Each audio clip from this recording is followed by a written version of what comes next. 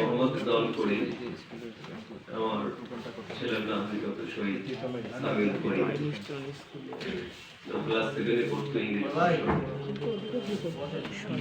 তো 21শে জুলাই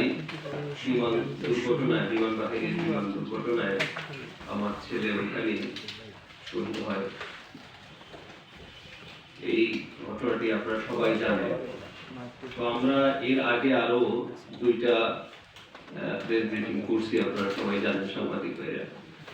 তারপর আবার আপনাদের কাছে উপস্থিত হইতে হয়েছে কিছু কারণবশত কিছু কথা বলার জন্য আমরা আসছি। তো সেই ক্ষেত্রে আজকে 6 মাস হয়ে যাচ্ছে, তো আমরা এটার কোনো সুবিচার পাইনি এবং এইটার যে একটা কনসেশন আছে বা ক্ষতিপূরণ আছে এগুলোর ব্যাপারে আমরা ক্লিয়ার কোনো সিদ্ধান্ত সরকারের কাছ থেকে পাইনি। এই পরিপ্রেক্ষিতেই আজকে আমাদের এই আলোচনাটা।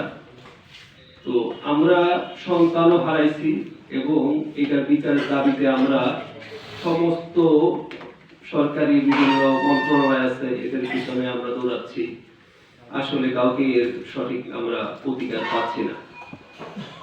কিছু কথা না বললেই নয়, সেটা হলো যে এত বড় একটা হত্যাকাণ্ড হলো মাইলস্টোনে, যেখানে এটা তদন্ত হওয়ার পরে দোষী সাব্যস্ত হলো, কিন্তু এই দেশে যার বিমান দ্বারা এই বা যেই বাহিনীর বিমান দ্বারা এই হত্যাকাণ্ড সংঘটিত হইল, সেখানে যারা বিমান বাহিনীর প্রধান ছিল তারা সে আজ পর্যন্ত আমাদের সাথে একটু সৌজন্যমূলক সাক্ষাৎও করেনি বা আমাদের সুখ দুঃখ গুলো জানার জন্য সে চেষ্টাও করেনি।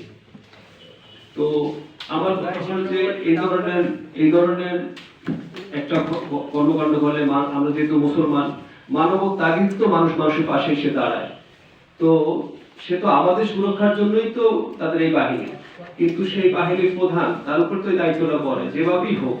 এবং এই হত্যাকাণ্ডের সাথে কারোর লোকের তো কোনো অবশ্যই আপনার অবহেলা ছিল, দায়িত্বের অবহেলা ছিল, তাদেরকেও সরকার ডাকেনি। তো তারা বাহিনীর তারা তাদের বিচার হবে না বা এবং তাদেরকে সরকার তাদের বিচারে আওতায় আনবে না। তো এবং স্কুল কর্তৃপক্ষ মানে আইনের আওতায় আসেনি। তো এই ধরনের এই সমস্যাগুলো আমরা প্রতিনিয়তই এখন ফেস করতেছি। এবং সবচেয়ে খারাপ লাগে একটা জিনিস, গত 11 তারিখে একটা ডিক্লারেশন দিল যে নিহত পরিবারদেরকে 20 লাখ টাকা করে দেওয়া হবে। আবার সেটা আমরা যখন প্রতিবাদ করি তখন আবার 29 তারিখে সেটা বলা হলো যে আমরা 1 কোটি টাকা করে দেওয়া হবে, সর্বোচ্চ 1 কোটি টাকা দেওয়া হবে। তো এগুলা একটা মাছের বাজারের মতো হয়ে গেছে। মানুষের জীবনটা কি ভাই মাছের বাজার? তো আবার 5 জানুয়ারিতে আবার বলতেছে যে আমরা 20 লাখ টাকা করে দিব। এখন এক এক মন্ত্রণালয় থেকে এক এক ধরনের কথাবার্তা তারা দিচ্ছে। তো এই ধরনের মানে তাদের এই ধরনের মানে কনসেশনটা তো আমাদের মেন উদ্দেশ্য না।